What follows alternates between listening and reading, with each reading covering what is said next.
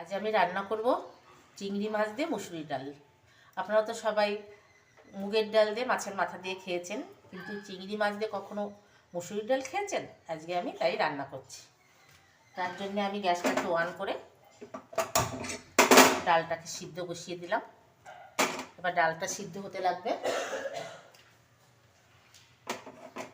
ডালটা সিদ্ধ হোক, তারপরে আমি ফিরে আসছি। এই দেখুন, আমার ডালটা সিদ্ধ হয়ে গেছে। এবার আমি ডালটাকে একটু কাটা দিয়ে নিচ্ছি।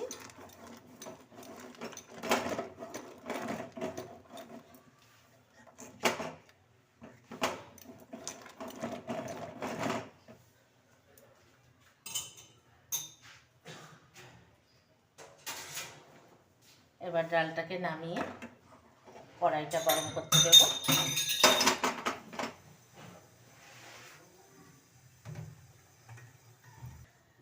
আমার তেলটা গরম হয়ে গেছে, একটু রাঁধুনি ফোড়ন দিলাম, আর এই দেখুন এক এক করে শুকনো লঙ্কাটা দিলাম। এইবার দেব এই যে পেঁয়াজ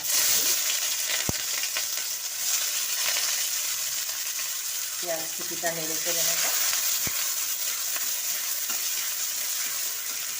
নিয়ে এইবারে দেব এই যে একটা টমেটো কুচি,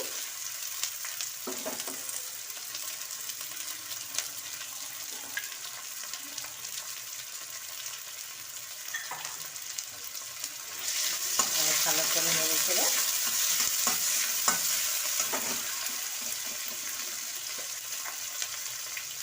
এইবার দেবো এই যে হলুদ গুঁড়ো,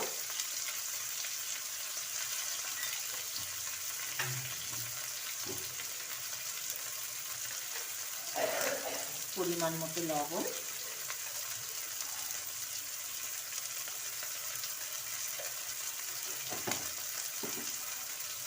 আপনারা চিংড়ি দিয়ে মুসুরির ডাল খেয়ে দেখবেন, মাছের মাথা দিয়ে মুগের ডালের থেকে খারাপ লাগে না, ভালোই লাগে। এইবার দেবো এই দেখুন 1 চামচ আদা আর রসুন বাটা, আর দেবো মিষ্টিটা ধুয়ে রাখা একটু জল।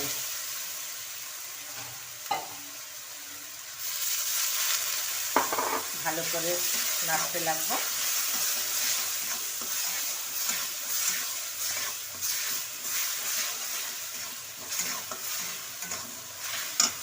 এই দেখুন, চিংড়িটা আমি ভাজিনি, আগের থেকে ভেজে রাখলে চিংড়িটা শক্ত হয়ে যায়, তার জন্য আমি চিংড়িটা ভাজিনি। চিংড়িটা আমি এই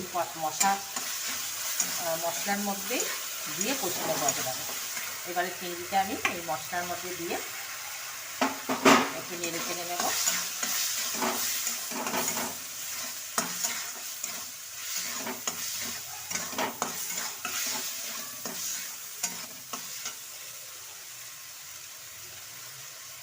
এইবার দেবো আমি একটু ধনে গুঁড়ো,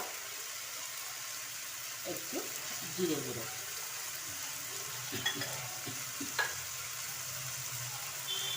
জল দেবো যাতে মশলাটা পুড়ে না যায়।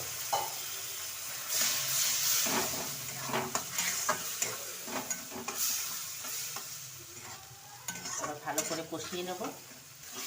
এই দেখুন, চিংড়ি মাছ দিয়ে আমার মশলাটা ভালো করে কষানো হয়ে গেছে। এইবার আমি ডালটাকে দিয়ে দিচ্ছি। ডালটা দিয়ে কিছুক্ষণ ফুটতে দেবো, একটু ফুটে উঠলে নামিয়ে নেব। ডালটা হয়ে এসছে। এবার দেবো আমি একটু গরম মশলা,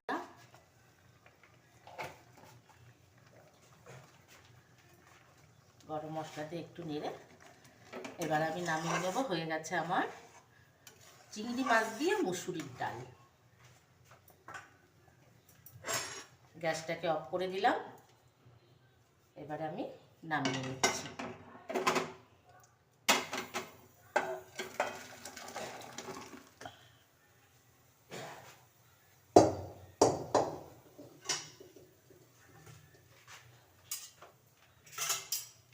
এই দেখুন, হয়ে গেছে আমার চিংড়ি মাছ দিয়ে মুসুরির ডাল রেডি।